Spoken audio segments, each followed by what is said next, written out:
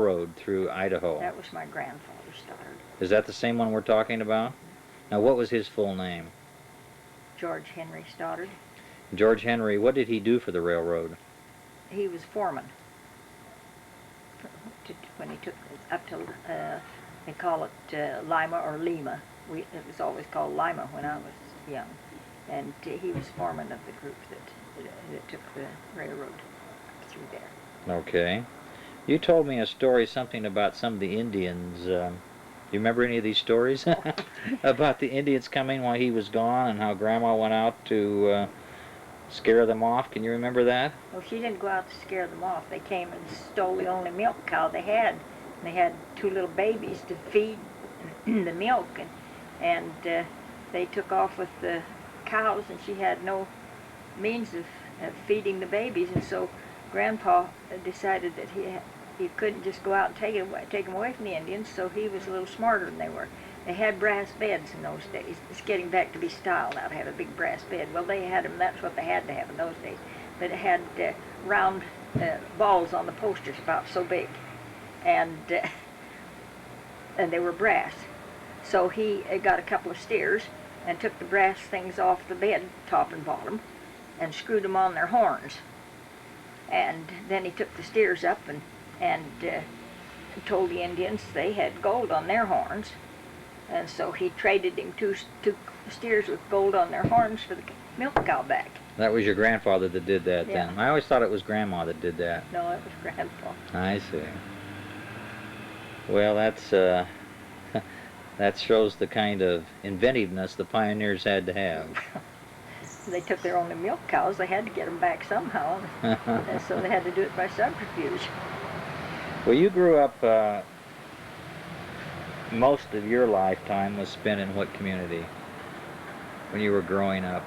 Well, I only grew until I was 13 in Grant Ward. Grant Ward, and then you moved back to Twin Falls. Twin Falls, and you go to high school there in Twin? And then you went ahead and went to some additional training to become a school teacher, and that was at Albion? Albion State Normal School. And you were there, what, 2 years? Nearly 2 years. Nearly 2 years. I had my teacher's certificate when you left? Mm-hmm. Okay, and then after that you taught for a while. You went to some one-room schoolhouses to teach? 2 years.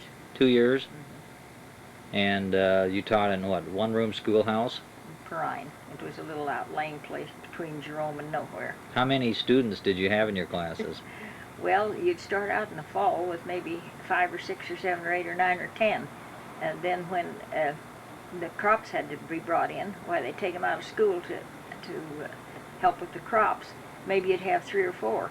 And then as soon as that was over, why then you'd have the whole gang. So you had to have your schedule so you could take care of them. Then you got along just fine till spring.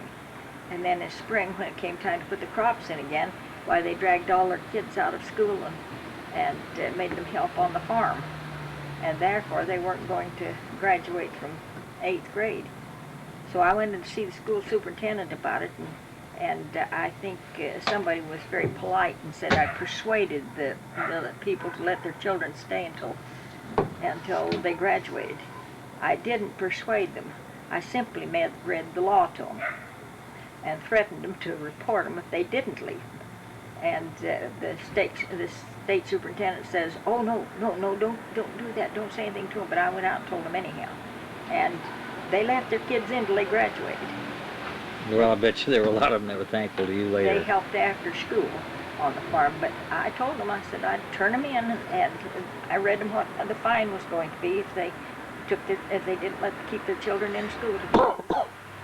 So they complied, but I wasn't through persuasion. It was. What were some of the classes you took when you were at Albion? Did they give you classes on on general subjects, or what did they teach you there? Well, they had English and math, and then they called them in those days. They didn't call it teaching. They called it elements of teaching, or elements of English, and elements of spelling, and elements of arithmetic. And I had a hard time getting. When I brought my credits back from Albion, they said, well, they didn't teach elements anymore. Well, it's the same thing exactly, only they just called it something different. So they wouldn't count my credits. let's talk a little bit about this young man that you met, William Lawrence Walker. What was he doing when you met him? He was working for Safeway. He was a store manager. How did you get acquainted with him? Well, I saw him in town, and he saw me. He was in the grocery store, and Mama went in there all the time to buy her groceries. And then I'd go to dances, and he made known to one of the boys that I knew quite well that he'd like to meet me. And I said, well, if he wanted to meet me, he knew where to find me. And so he called up home then and asked if I'd like to go for a ride with him in his new car. What do you have? Remember what kind? Ford, I think. I don't remember what it was. You asked him, didn't you, yesterday? No, he didn't tell me about that. Oh, well, anyway, we went. He came and picked me up, and we spent the day riding around, and then came back to the ice cream parlor there in Jerome. Had ice cream, then he took me home. Then he asked me for a date. That was the last of June. Then he asked me for a date for the 4th of July, and we went to Twin Falls. Spent the day, 4th of July, in Twin Falls. You were married in 19... 26. 26? 26, and you had 2 children, my brothers Larry and Jack, and they were both born in Wendell, is that correct? And when they sent for their birth certificates, they've listed them as born in Jerome. I know, that's what I have it listed as. Well, it is wrong. They were born in Wendell because the St. Valentine's Hospital was in Wendell at the time. Now the nuns have moved it to Jerome, and all the records are in Jerome, so naturally they sent the records out from Jerome. But the original's Wendell, Idaho. Why was it that you moved to Pocatello, where I was born? The dad was transferred from the Safeway store in Jerome to the Safeway store in Pocatello. And then he went to Montana, where in Missoula my younger brother Ron was born. That's right. We were born in the county hospital in Bannock County, Pocatello, Idaho. The records have been changed there too. When I went back to see them, they've moved them. But at any rate, where'd they move them to? I think they moved that whole hospital to another part of the city now. They talk about the old hospital and the new hospital. You know, most of the hospitals had new wings added on or something since then.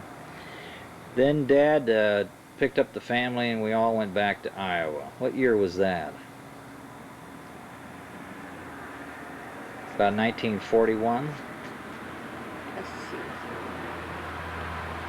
Must have been about August of 41, wasn't it? It was 40 or 41. I don't remember exactly. You ought to have me look up some of these things and written them down before you started out. Well, I just was trying to remembering. And then we stayed in Iowa till I was a senior in high school. You graduated. I just graduated, and before we left to go back to California.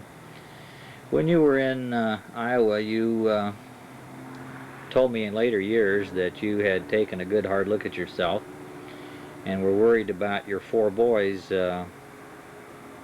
and whether or not they were going to have any church life. And so what did you do then?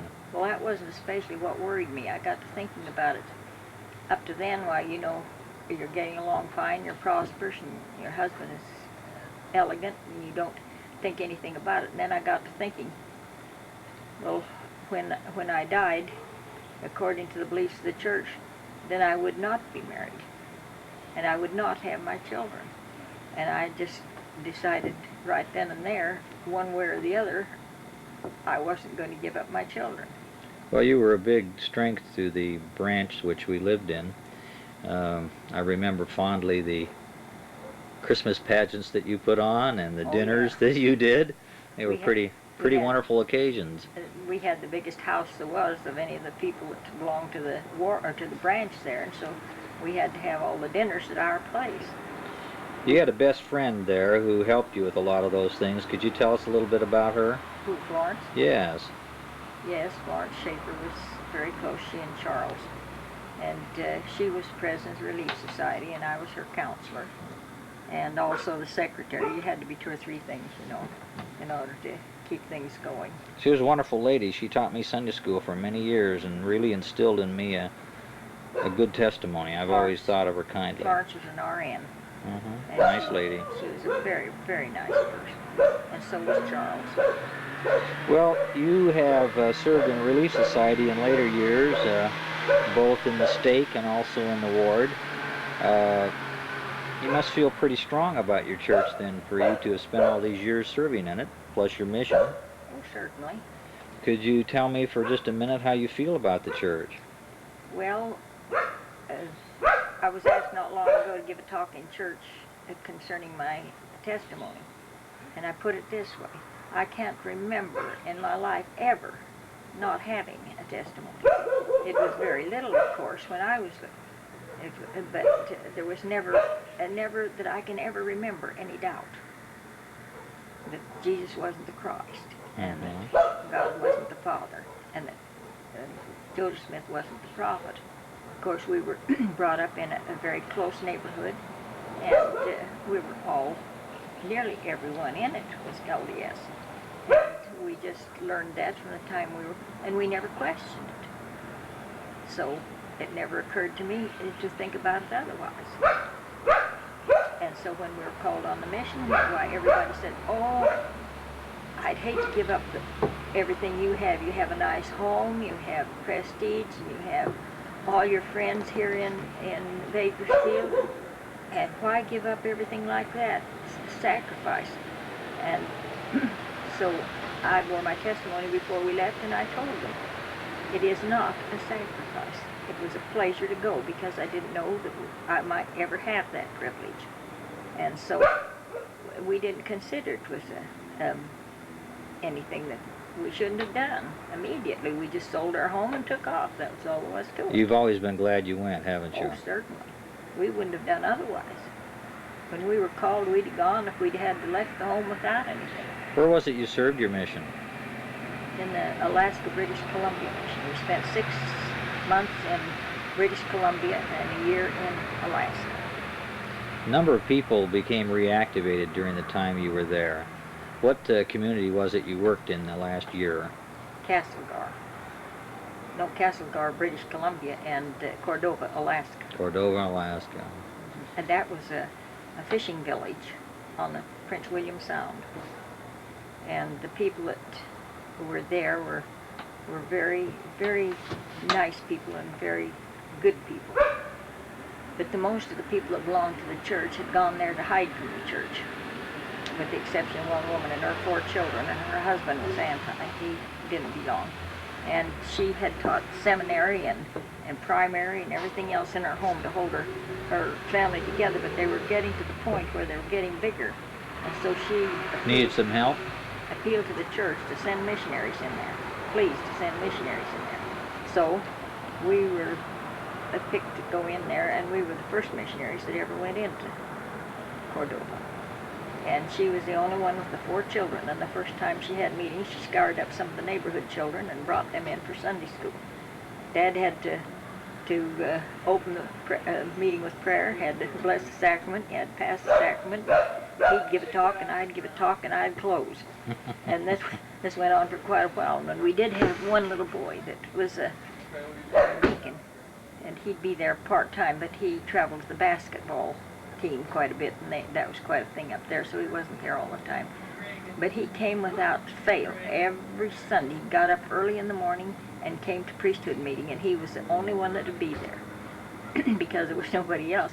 And then finally there'd be 2 or 3 more and 2 or 3 more, and finally they had a whole group of them. And he was a quiet sort of a boy, really nice, Putnam boy. And Dad said he never knew whether he was getting across to him or not. But after he got on his mission in Finland, they sent him to Finland. Fortunately, he didn't have to get used to the climate, being cold and everything, and the language was easy for him. And he wrote back and told Dad that he certainly appreciated what he had taught him, because he said many times that it came through to him when he needed it on his mission. Well, Finnish isn't an easy language to learn. No, he did well. Your children are all married now, your boys. You have the 4 boys and didn't have any daughters. Well, before we go any farther, I want to say that when we went there, we had those few, and when we left, there was about 46 people attending meetings, and were very active. And they asked us how they couldn't understand how we found out where they were. we didn't inform them how we found out where they were, but the church would notify us that so-and-so was last heard of in that vicinity to see if we could find them. And we found them. Oh, that's great. And one at a time, why they just marched back in. I was just going to ask you how many grandchildren you have now. 28. And how many great-grandchildren? 8. That's quite a posterity, isn't it? Yeah, that's, the family's growing without any effort on our part. Well, I was wondering if you had any counsel or any advice you'd like to give to some of these grandchildren that are not born yet. Well, I don't know. You know, it's hard to counsel other people. Sure is. It's all fine and dandy to sit in judgment on somebody else and tell them what to do, which maybe you didn't do yourself. But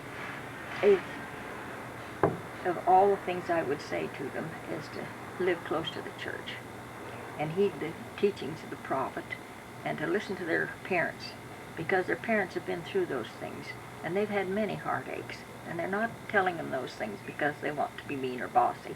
They're telling them because they love them, and otherwise they wouldn't care, so they just let them do as they pleased.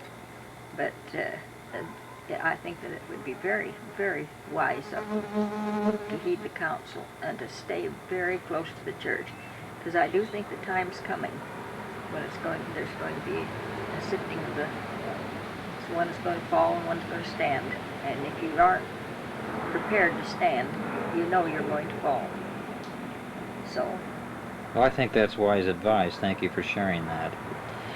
We've been talking this evening on the 28th of August, 1985, with Estella Maree, that's M-A-R-E-E, Stoddard Walker. Had a nice visit with her. Is there anything more that you'd like to say? No, excepting that I asked my father once why some people's children didn't mind. And he said, well, God sent you the very best kind. That's the reason you never had any trouble with yours. No. And I always felt that way. The president of the mission asked me what talents I had when we went into the mission field. I said, well, President Kilpack, I only have 4 talents, and I've just polished them the best I know how. Well, thank you so much for that. I think they are just the finest boys that anybody ever could have asked for. Well, I know my brothers feel that they had, as I do, a great mother, and we thank you for it, and we thank you for the testimony that you taught us when we were little. It's been nice visiting with you. Thank you, and Thank you. Good night. Good night.